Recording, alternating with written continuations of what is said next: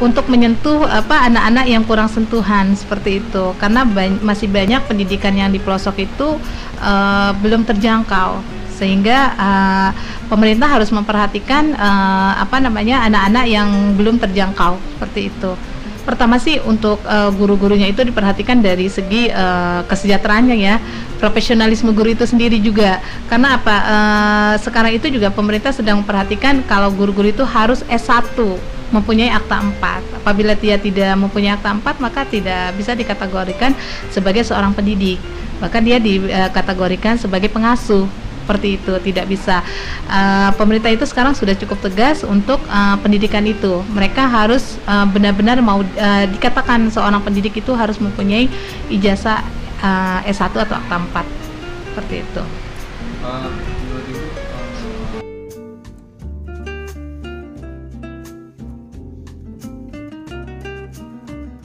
Sementara sebenarnya guru berusaha mendidik dan mengajarkan siswa-siswinya sampai mereka mengerti dan paham. Bahkan seorang guru sangat sabar ketika menghadapi siswa yang sulit untuk dididik. Akan tetapi, ketelatenanlah yang menjadikan siswa-siswinya akhirnya dapat paham dan mengerti apa yang diajarkan oleh sang guru. Sebenarnya cerdas bukan berarti memiliki ilmu yang dapat digunakan untuk menyelesaikan persoalan real. Cerdas bukan berarti hafal seluruh mata pelajaran, tetapi kemudian terbengong-bengong saat harus menciptakan solusi bagi kehidupan nyata. Cerdas bermakna kreatif dan inovatif. Cerdas berarti siap mengaplikasikan ilmunya. Begitu pentingnya pendidikan sehingga suatu bangsa dapat diukur apakah bangsa itu maju atau mundur, sebab pendidikan merupakan proses mencetak generasi penerus bangsa. Untuk menciptakan generasi yang unggul itu kita bina dulu guru-gurunya. Seperti itu, adanya pelatihan atau pembinaan. Seperti kemarin, alhamdulillah kita TKIT Al-Ittihad kedatangan tamu dari guru di Padang. Jadi itu sebanyak 15 guru dari Padang itu mereka belajar di sini. Itu ternyata subhanallah ya, salah satu perwakilan dari pemerintahnya itu juga ikut ke sini seperti itu. Jadi mereka didampingi oleh semacam bupatinya seperti itu. Mereka datang ke sini dengan 15 orang guru. Ternyata yang 15 guru itu mereka sekolah-sekolah yang memang istilahnya menengah ke bawah seperti itu. Jadi mereka coba observasi di sini selama 1 hari. Mereka belajar, alhamdulillah mereka senang sekali gitu, seperti itu. Jadi mungkin adanya pelatihan-pelatihan dari guru-guru pelosok itu dikirim ke Jakarta seperti itu. Untuk iya harus seperti itu, karena kan dari segi mereka juga harus belajar dari segi kurikulum ya. Kira-kira di pelosok itu butuhnya apa? Guru yang ideal adalah yang memiliki kompetensi profesional, dan memiliki kompetensi pedagogik.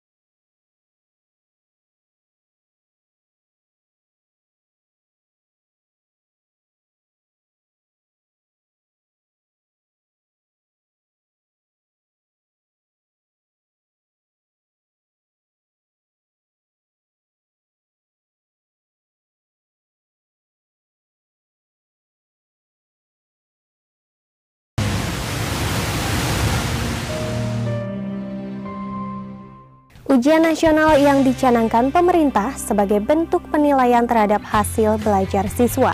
Kegiatan ini sepatutnya tidak hanya sekedar menguji kemampuan siswa dalam hal ilmu pengetahuan, tetapi juga mengkaji kemampuan siswa dalam kerohaniannya sesuai dengan tujuan dalam undang-undang bahwa pelajar harus memiliki kekuatan spiritual keagamaan. Lalu apa saja yang sudah dilakukan pemerintah mengenai pemerataan guru ke pelosok?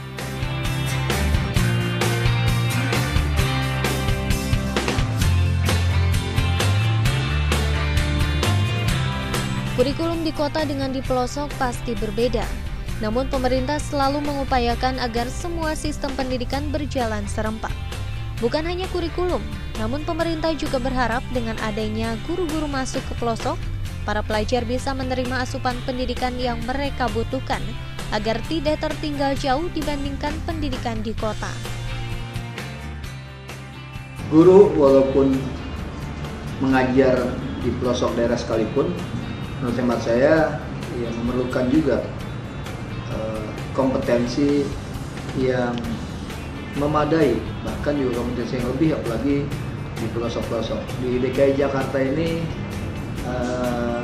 yang dinamakan pelosok ya yang mengajar di Kabupaten Kepulauan Seribu, karena dengan rentangan wilayah yang harus dijangkau itu cukup lumayan jauh. Ada yang hanya 1 jam perjalanan dari Jakarta Utara atau dari Ancol atau juga dari Muara Karang.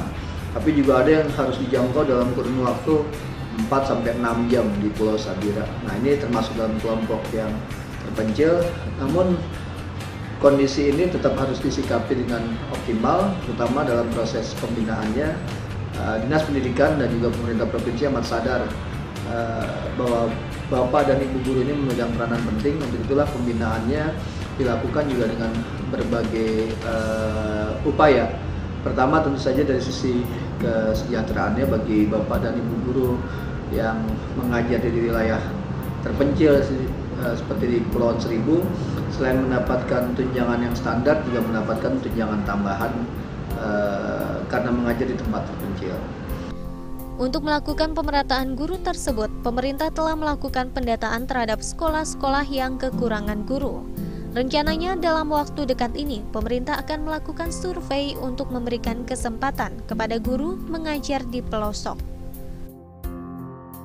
Guru yang ideal adalah yang memiliki kompetensi profesional, dan memiliki kompetensi pedagogik, kompetensi sosial, dan juga kompetensi personal. Dan keempatnya ini harus bersatu padu. Secara profesional tentu dia harus bisa menjalankan kapasitasnya seorang guru sebagai profesi, di mana juga ada kode etik profesi, ada juga tuntutan kualitas profesi.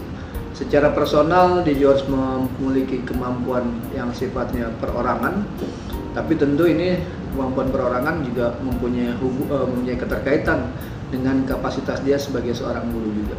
Termasuk juga mempunyai kemampuan secara sosial, karena biar bagaimanapun Bapak Ibu guru akan bertemu dengan murid, bertemu dengan peserta didik, bertemu juga dengan sesama rekan guru, bertemu juga dengan atasan, kepala sekolah, bahkan bertemu dengan masyarakat. Dan kemampuan komunikasi interpersonal atau komunikasi sosialnya ini menjadi bagian yang mutlak, terutama dalam memberikan materi-materi sebagai transformator, sebagai pengirim gitu ya, pengirim pengetahuan. Di sisi lain bukan hanya sekedar pengetahuan, juga nilai-nilai sikap perilaku ini kan harus dihantarkan oleh guru dari keadaan yang ideal kepada anak-anak yang kita tahu juga mereka adalah bagian dari perjalanan hidup manusia yang memiliki karakteristik tersendiri. Dengan demikian kemampuan personalnya, kemampuan sosialnya menjadi bagian penting. Apalagi Bapak dan Ibu guru ini kan tidak hanya sekedar menghantarkan ilmu dan pengetahuan saja, tapi juga menghantarkan bagaimana ilmu itu bisa optimal terserap melalui pendekatan-pendekatan pembelajaran, melalui metodologi pembelajaran, dan juga melalui pendekatan yang sifatnya spesial dengan berbagai keadaan. Artinya dan keadaan tertentu, mungkin di kelas tertentu dia melakukan pendekatan dengan cara yang khas, di kelas lain bisa berbeda.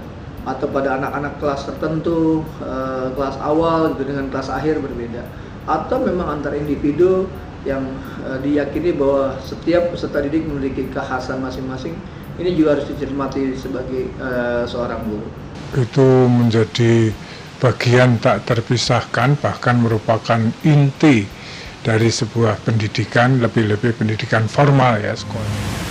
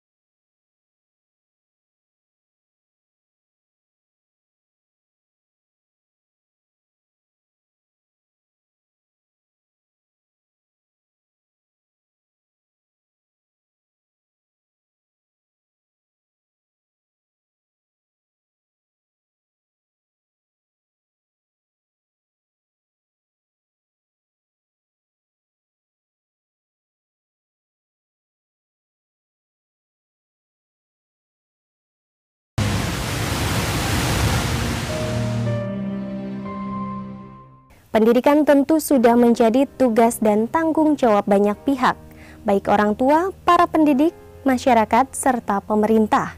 Kewajiban kita mengembalikan kondisi pendidikan negara ini menjadi pendidikan yang terbaik, bermutu, serta cerdas dalam segala bidang.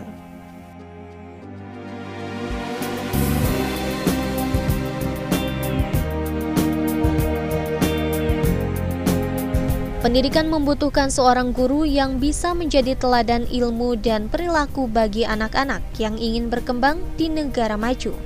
Seorang guru juga sepatutnya memiliki jiwa yang haus untuk memberi, mengajarkan, dan membina anak didiknya dengan semangat juang yang tinggi.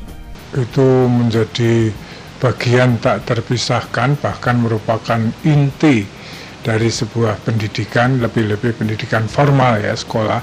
Itu peranan guru sangat besar sekali, bahkan tidak mungkin pendidikan formal itu dilaksanakan tanpa peran guru yang hadir